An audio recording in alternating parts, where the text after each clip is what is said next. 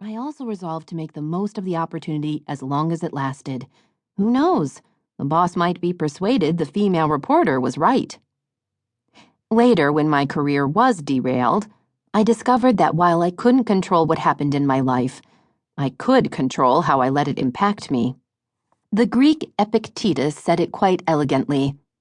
Ask not that events should happen as you will, but let your will be that events should happen, and you will have peace.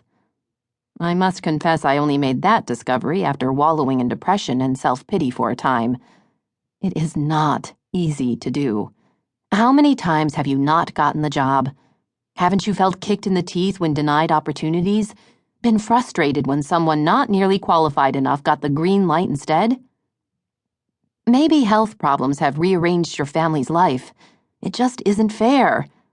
I know I felt that way. It isn't fair. But here's the thing. I've given birth to 3 children, and at no point was there ever anyone in the delivery room looking at that newborn and saying, "Kid, from here on out, it's all fair." Life just doesn't work that way. Some people don't seem to be affected by that, just as there are those who can walk through a field of poison ivy and never have the slightest discomfort. There are some people who can be hammered by all of life's negatives and still remain unscathed. I am not one of them. Deny me entry to the club, and part of me wants to sob in the corner, wondering why I'm not good enough. But the bigger part of me has realized it's no fun going to a pity party. The better I get at resisting the temptation to give in to sorrow, frustration, or stress, the more successful I seem to be both personally and professionally. Was this real, or was this something I was imagining? I have spent the last several years researching these kinds of values: gratitude, respect, resilience, and faith. What is it that makes some people more resilient? How are some people able to let the difficulties of life roll off them like water off a duck's back? Why do some people just seem stronger? The answer is in this book's title, Think Positive. Recent scientific studies have proven that a positive attitude actually has measurable benefits. Grateful, positive people report that they have better lives and more positive memories. People who can recall positive events have been proven to be more resilient, even in the most difficult of situations. People who keep track of the good things in their lives are healthier, more active, more productive, and held in higher regard by those around them. There's peer-reviewed proof of this. What's more, people who are able to accentuate the positive are smarter, better able to make cognitive associations and connections.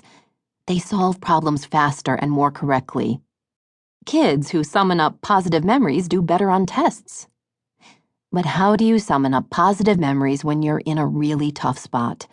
Plenty of people are right now. The collapse of financial markets wiped out jobs and life savings. Retirements have been postponed and homes foreclosed upon. Terror scares have changed the way we travel and the way we look at people from other countries. Change your thoughts, and you change your world.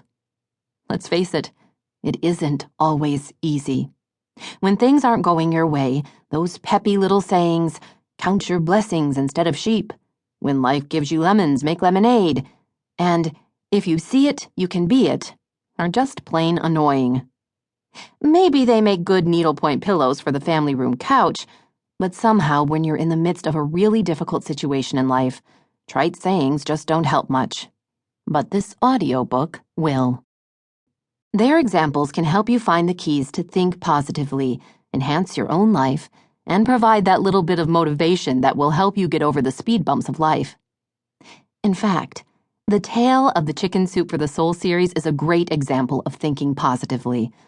I fell in love with the series when it debuted years ago, but I love the story of how it came into existence even more. I cite it often in speeches as a great example of perseverance.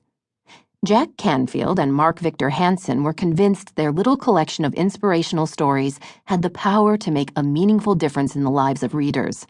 Trouble was, they couldn't find a publisher who agreed with them.